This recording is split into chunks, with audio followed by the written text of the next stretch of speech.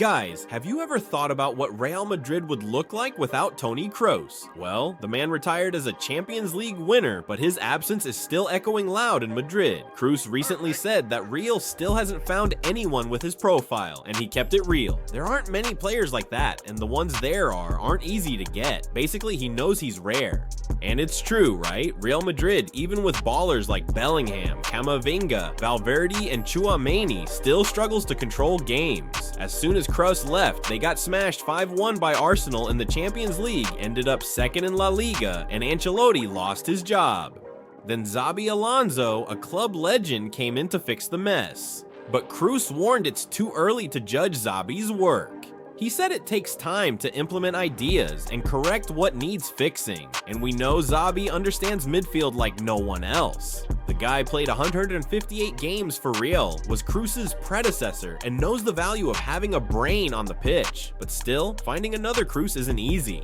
Real even tried to get Zubimendi from Sociedad, but he chose Arsenal. Arda Güler.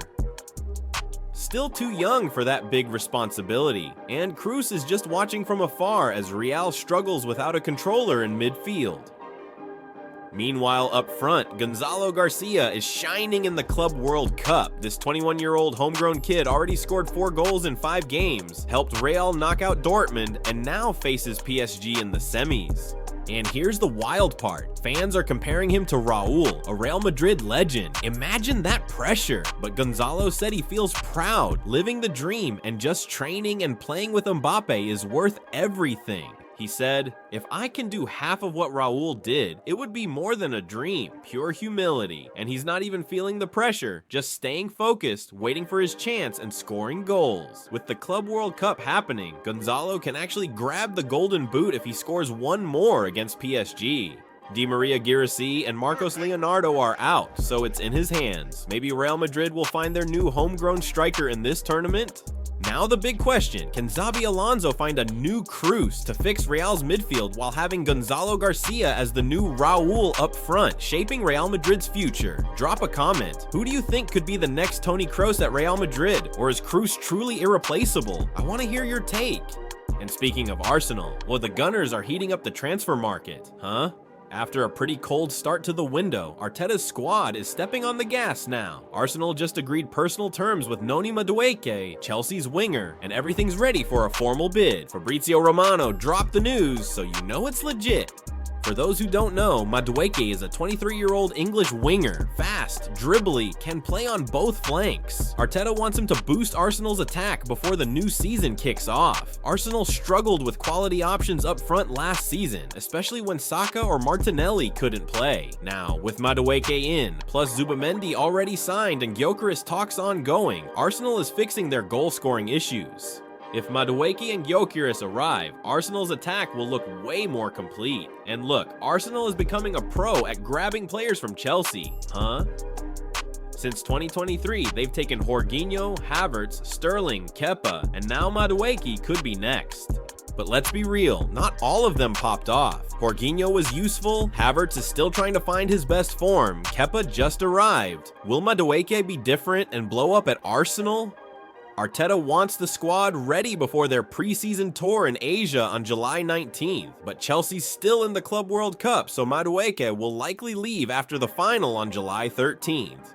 But honestly, everyone wants this deal to happen. Madueke wants more minutes, Chelsea wants cash, and Arsenal wants to beef up the squad. Now, I want to know, do you think Madueke will succeed at Arsenal, or will he be another player who can't repeat success at a new club? Drop your thoughts below, I want to see what you think. Now guys, here's a piece of news that shocked everyone and has Bayern Munich fans stressing hard. Jamal Musiala, Bayern's golden boy, suffered a serious ankle injury during the Club World Cup against PSG in the US and is now set to be out for months. For those who don't know, Musiala is just 22, Bayern's number 10, one of Germany's brightest young talents, and he was just returning from a muscle injury. And boom, in his first start since April, this disaster happens. The injury went down when he went for a loose ball with PSG keeper Donnarumma. Musiala's ankle got caught under the keeper, and he was in serious pain, needing immediate medical help. German media says he broke his left fibula and damaged several ligaments, expected to be out for 4 to 5 months. Imagine Bayern losing their number 10 for nearly half the season, man. Bayern's sporting director said, unfortunately, it doesn't look good. And Coach Company said his blood boils losing such a key player, but hopes it's not as bad as it looks. Musiala was inheriting the number 10 from Sané, who's leaving, and now Bayern loses one of their main playmakers just when they need attacking power the most. To make it worse, Bayern lost 2-0 to PSG and are now heading back to Germany to prepare for the 2025-26 season without their young star.